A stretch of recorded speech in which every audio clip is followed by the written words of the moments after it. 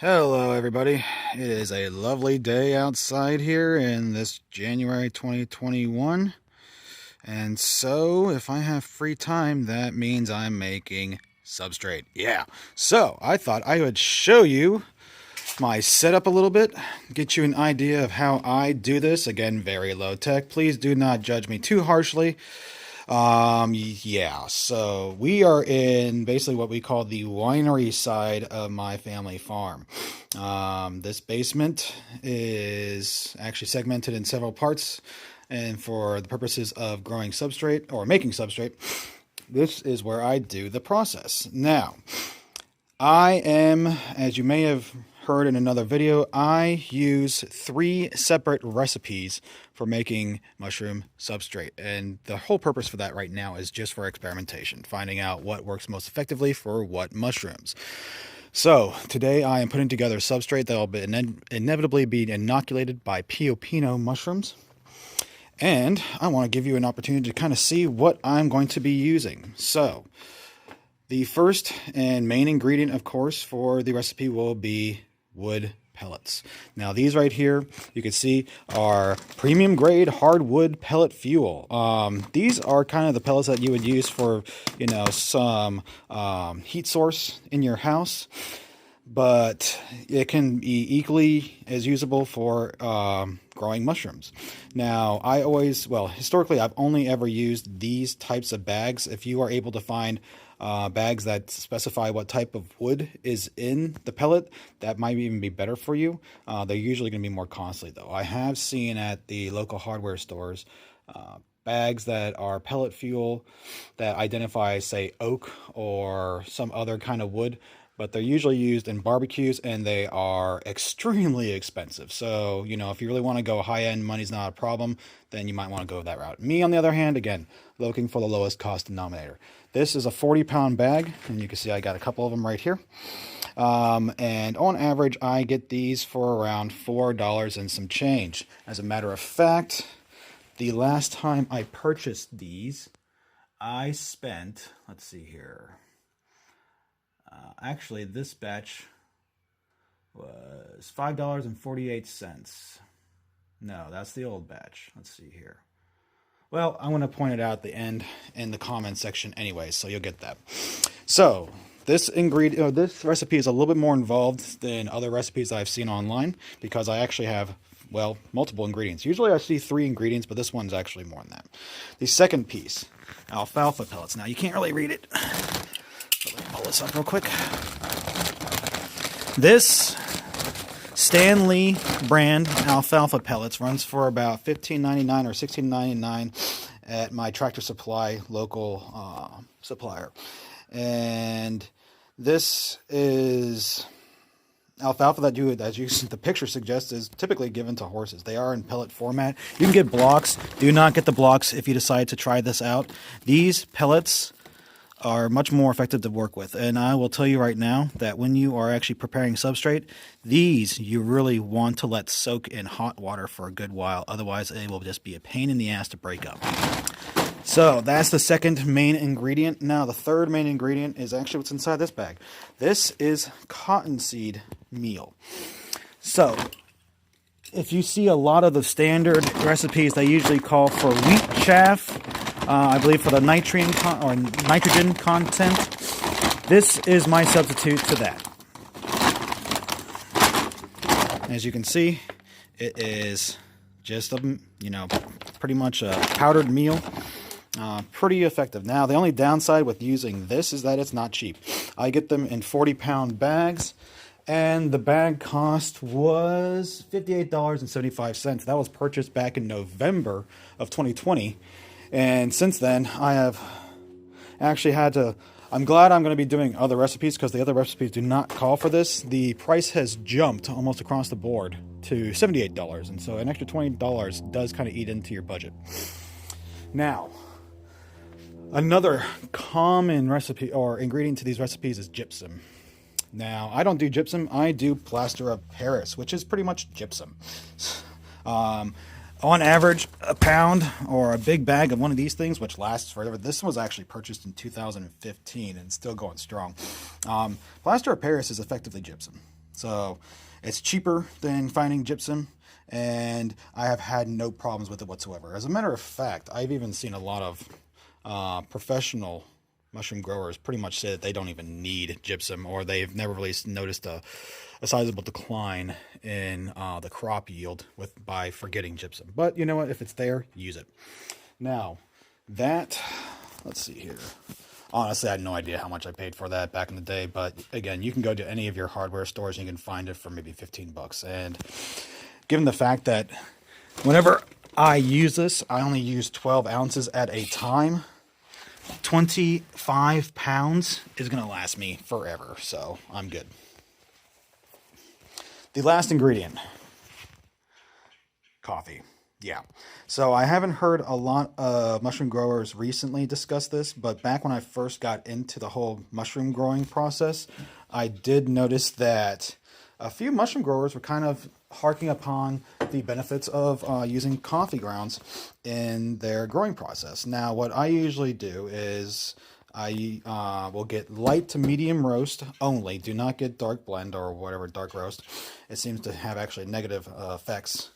But for every time I make a batch, I use a cup of this stuff before it's been cooked. So I have seen people use used coffee grounds in their substrate medium, and sometimes it's successful. But I mean, for me, the hassle of actually just collecting all that would just be kind of not worth it. Anyway, so you've got the ingredients right there, and I will post exactly what my recipe looks like in the comments so you can get a kind of ratio, know what to maybe work with.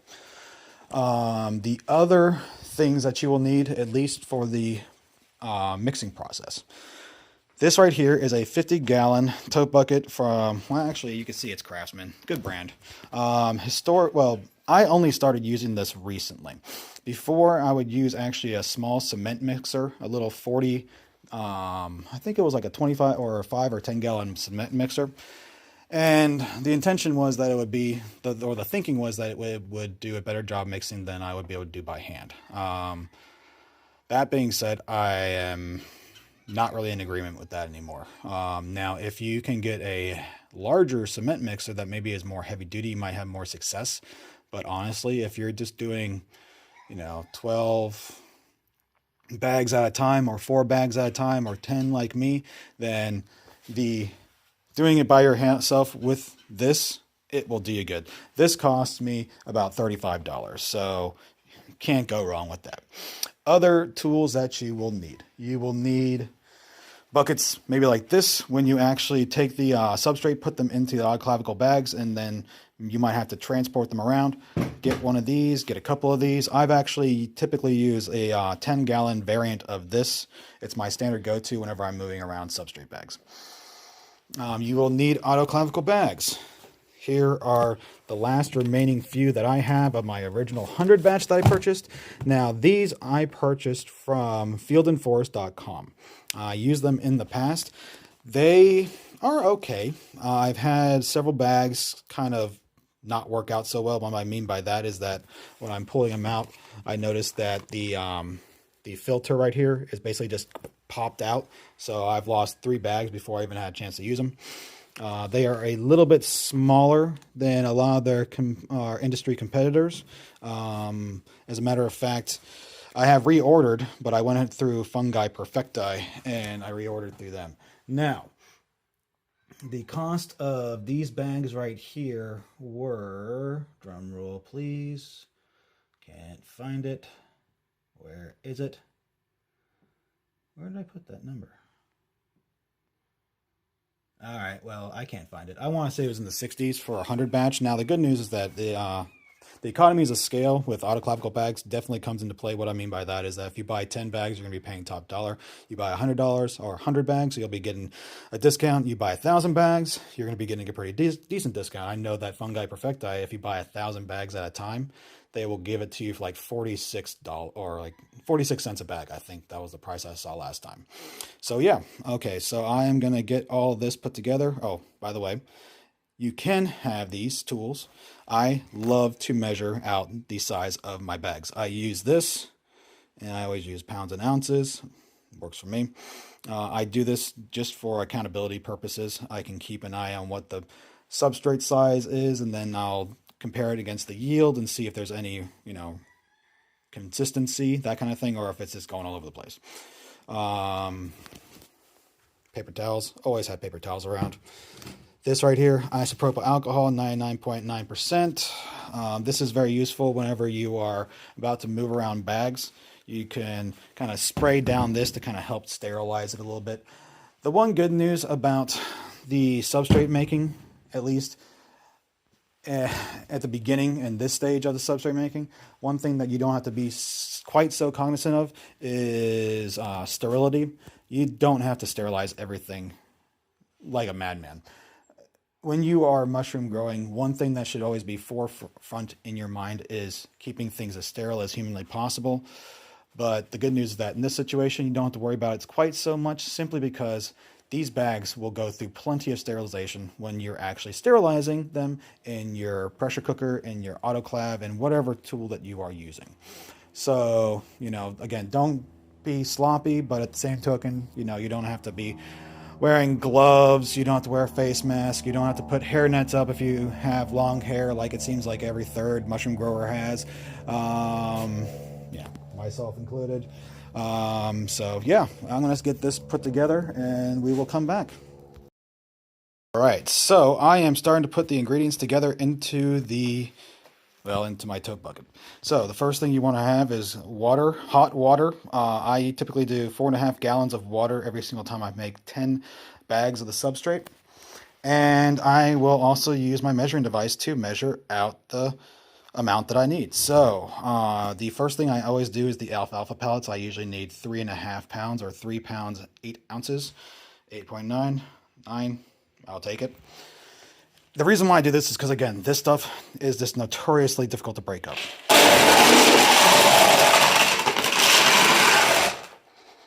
And so it gets a nice long soak of water. Let me sit you down here real quick.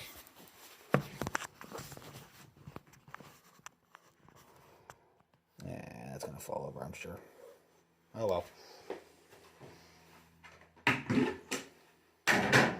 I like to keep the lid on the water bucket because I don't want to get the water contaminated as much as humanly possible.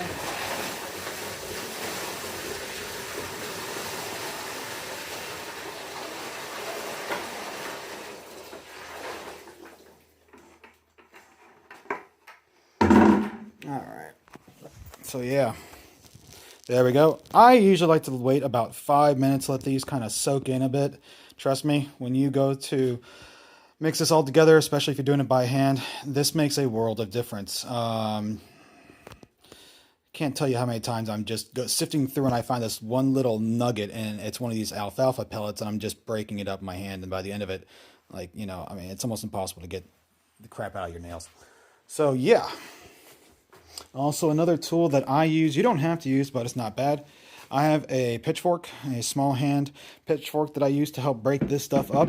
And one thing I should point out too, with regards to any of these tools that you're using, be it the tote bucket, the Lowe's bucket, the pitchfork, you really only ever want to use them for this project and this project alone. What I mean by that is that don't go using a freaking bucket that you also use to move around soil, or that you keep chemicals in, or whatever have you. I mean, it really should only be used for one specific purpose, because you have to worry about contamination. Now, I did mention that in this stage, that this is the least contamination worried stage, or you know what I mean. You don't have to worry about contamination as much in this stage. But that being said, don't go and make it harder for yourself. Just if you have to, go and buy yourself a pitchfork that you are only going to use for this and this alone. That way you don't have to worry about it, just messing up future production. Because honestly, the amount of time that you spend to put this, regardless if you are doing it for a hobby or commercial sense, I mean, it just makes no sense to shoot yourself in the foot. Anyway, I'm going to go ahead, wait a couple minutes for that to soak. You can already see that it is increasing quite a bit in size. After that, I'm going to add the rest of my ingredients in there, and then I'll start mixing it up, and I might give you a little bit of footage as to how that looks. All right. Got all my ingredients in.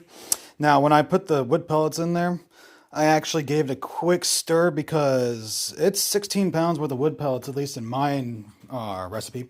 And eventually what's going to happen is that they're just going to sit on top of that water. So it's nice to get them all kind of included beforehand. Then after that, add the cottonseed meal, add the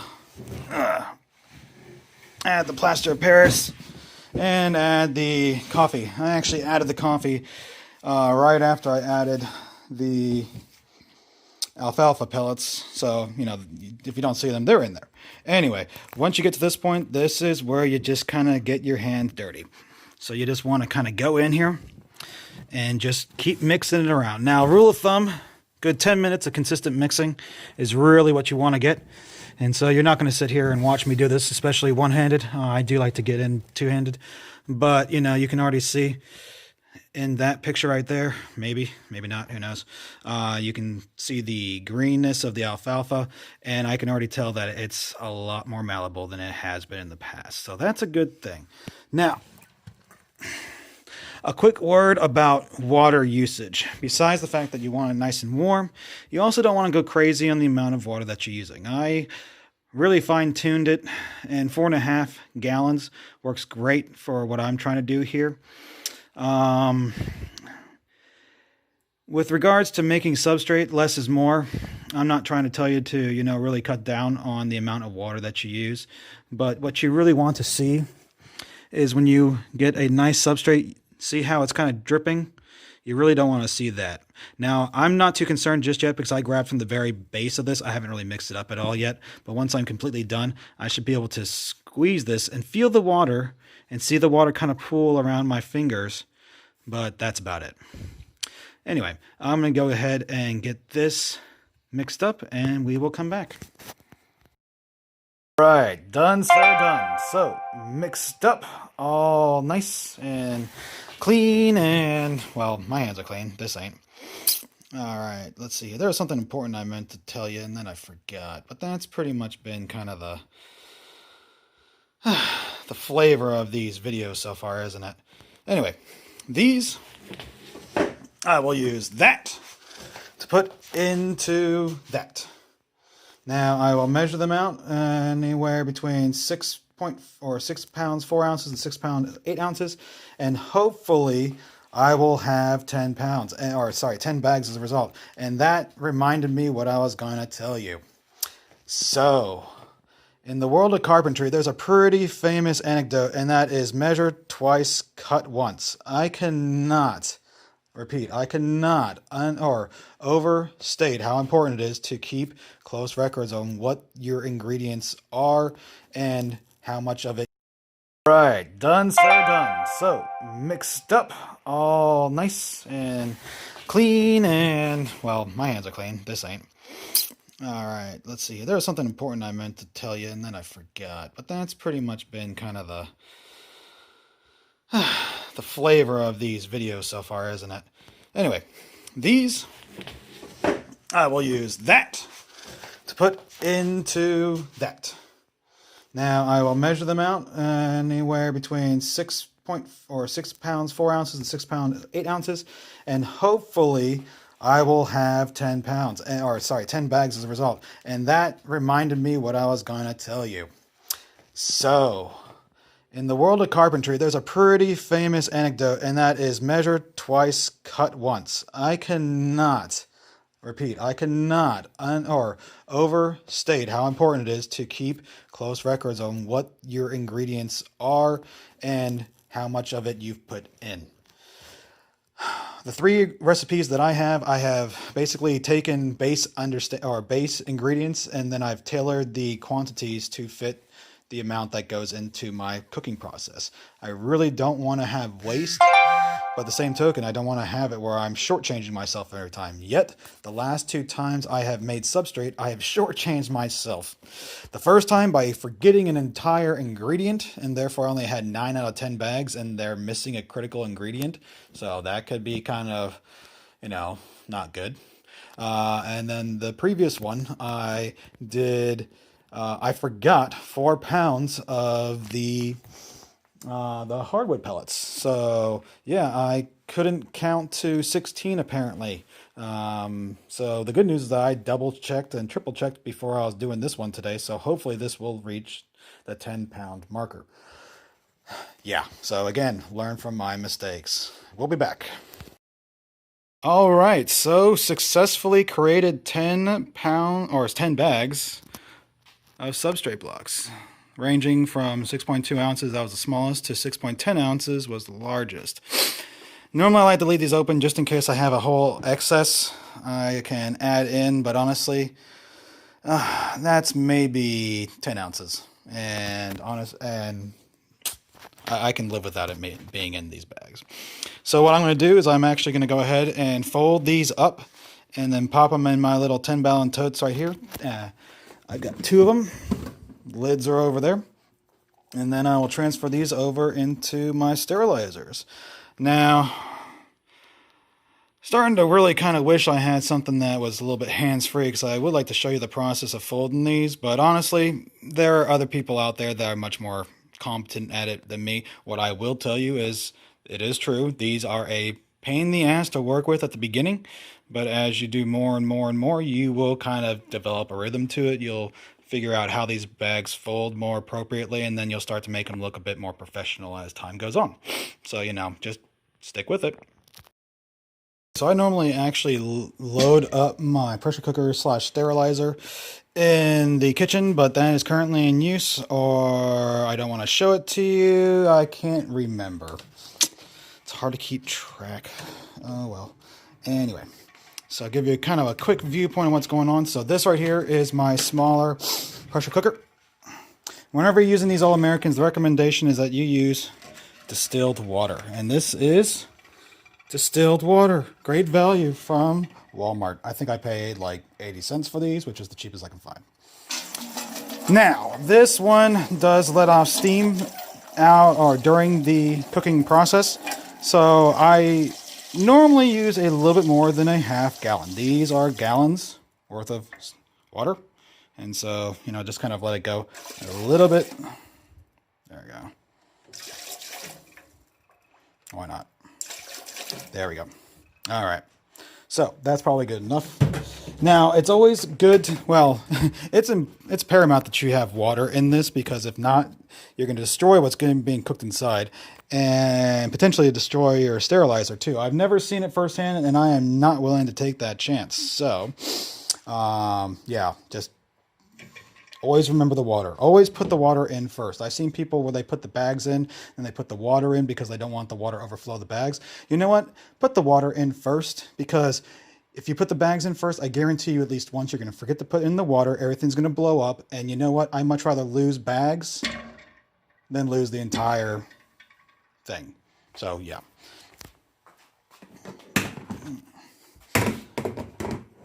There you go.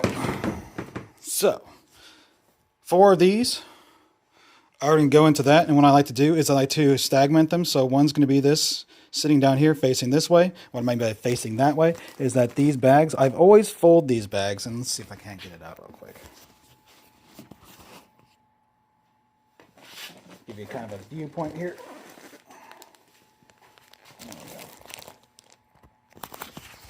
I like to fold these bags where the micron filter is under, so you can see it's right there. And so this effectively is what I consider the face of the bag. So this will sit in here facing this one, and then another one will be opposite of it facing. So basically it'll be 2 bags adjacent to one another facing one another. And then the second layer will be from right here facing this way, and another one right here facing this way, so that you have a segmented kind of situation going on. It's really good to do this because you have an equal weight distribution when you're putting this together. So yeah, I'm going to go ahead and fill this up, give you a quick viewpoint of what that looks like once it's full, and then fill up the big one. Oh, also, before I fill up, I might as well tell you this.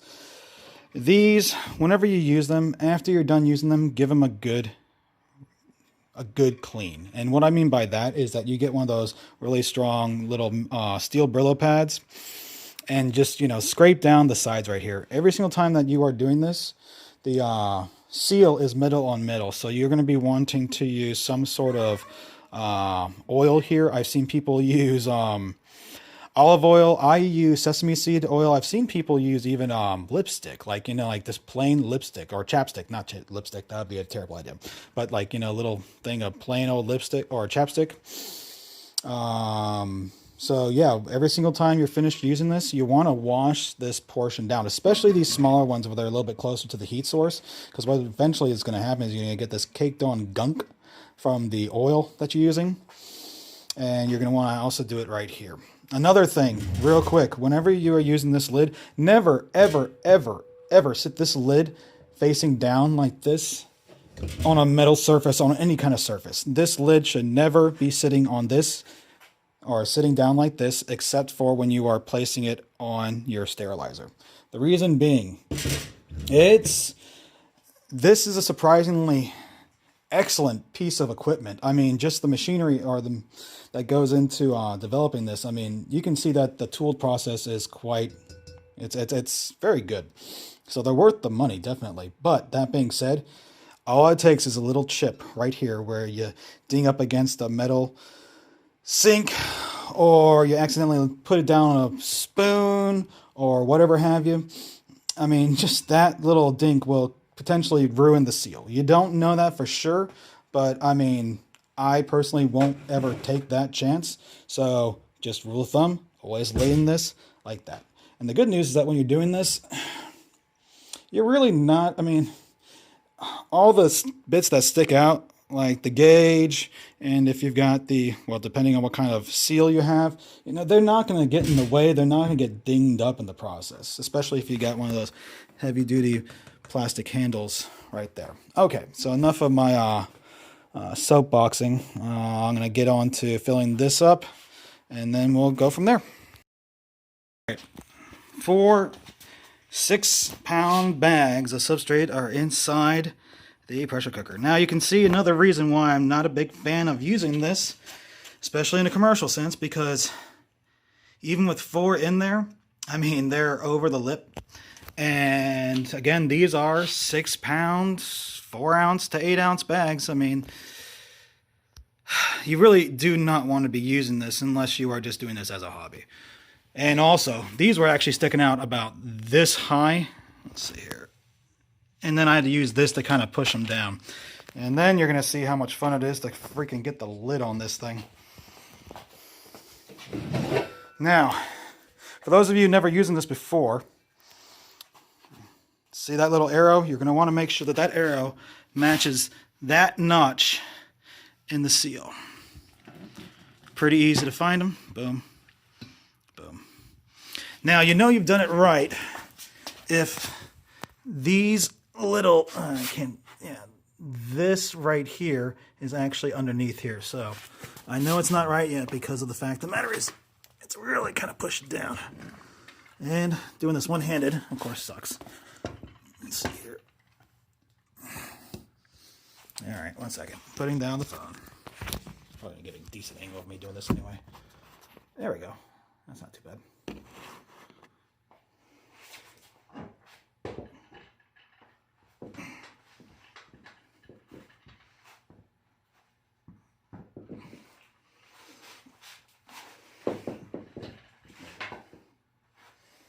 Now, whenever you close this up, especially at these little ones, you really want to kind of take a look all around the seal to make sure that no pieces of bag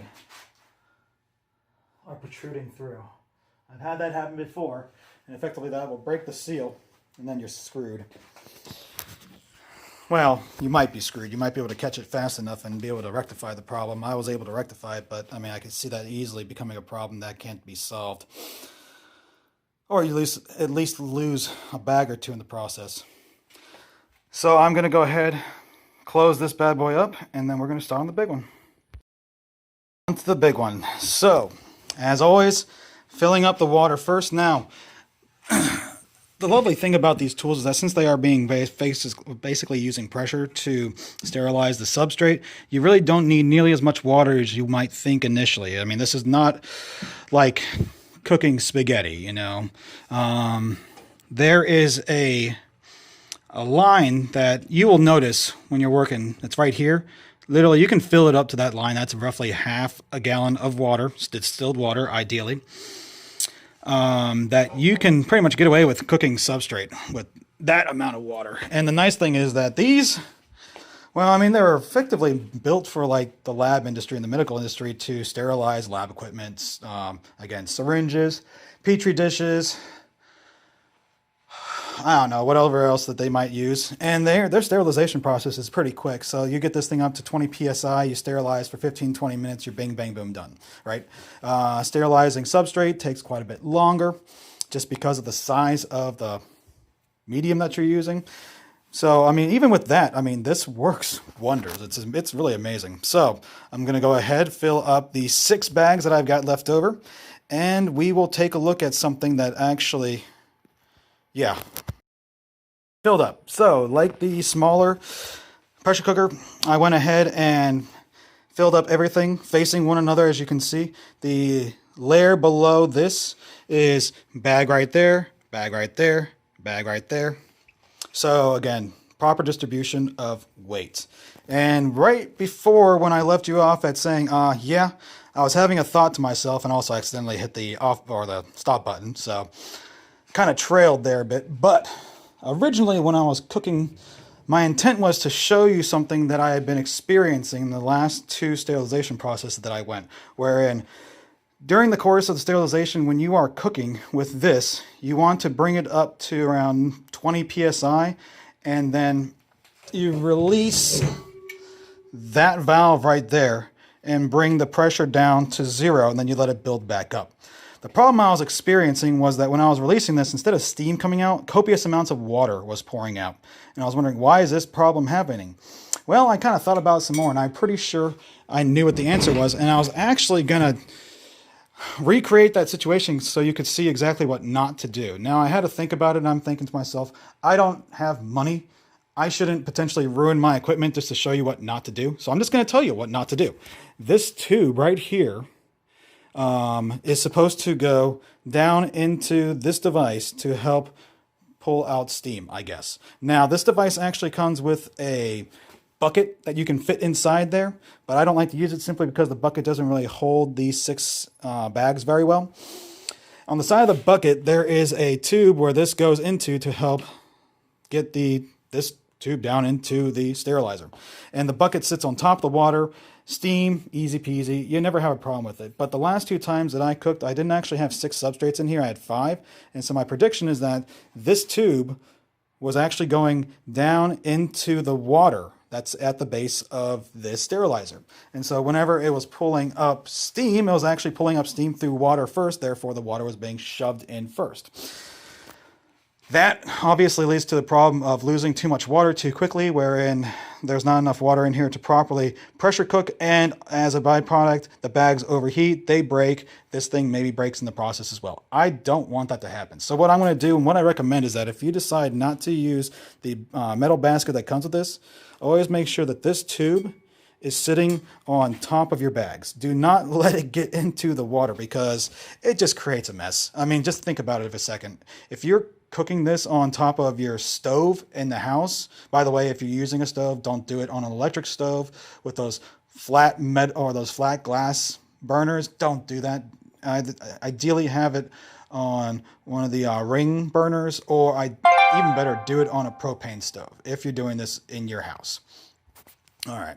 Now, the reason being is because if this thing does start squirting up water all over the place, just imagine the mess that's going to create, just copious amounts of water. When I was doing it, it would fortunately just I was doing it in my barn, not really a big deal. If you make a mess in a barn, it's a mess as is. And the water, fortunately, actually put out my burner so that I didn't have to worry about, the burner going crazy or whatever have you. So, but anyway, it's better to avoid it entirely. All right, so I'm going to get this lid on there real quick. Again, this tube is going to sit on top of those bags. And then I'm going to get all of this moved into my barn. I'm not going to video that just because, I mean, do you really need directions on how to move something from point A to point B? If you do, I don't know, maybe there's a YouTube video for that.